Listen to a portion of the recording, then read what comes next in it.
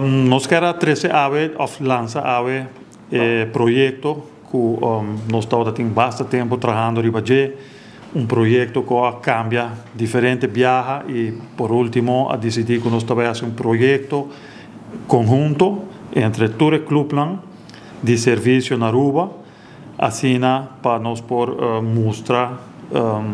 comunidade que está trabalho de club fazendo trabalho voluntário. Nós estamos falando aqui de 8 clubes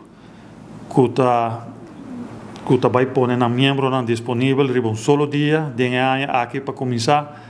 para projeto que nós estamos fazendo na Stichting Ambiente Feliz. Stichting Ambiente Feliz tem oportunidade aqui de receber for o grupo aqui trabalho que nós estamos fazendo já sabe 25 de maio. Caminha nós estamos fazendo diferentes trabalhos que nós temos no edifício, entre outros, fazer reparação no edifício, direito algum coisa que não tem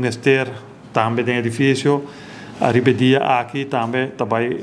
entretener clientes de ambiente feliz, caminha também sacar de bus e riba tour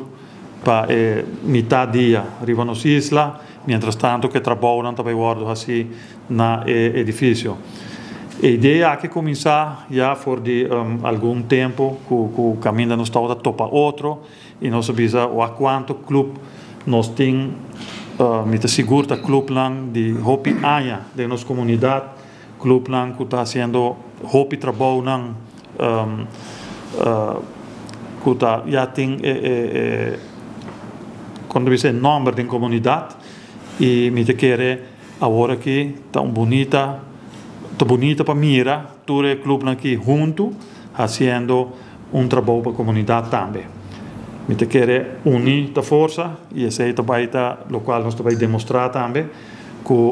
hopi membro junto vai fazer trabalho aqui. Mas visa também que cada clube está contribuindo aqui com suma que nós vamos fazer uma donação de qual a donação aqui vai cobrir o gasto que nós vamos ter na projeto aqui e seguro certo de gasto aqui lo guardo cobrir para comerciantes também e me quer por lo general nós temos visa que para nós não está compreendendo, não está prometo viajar assim, que nós está fazendo tipo de projeto assim,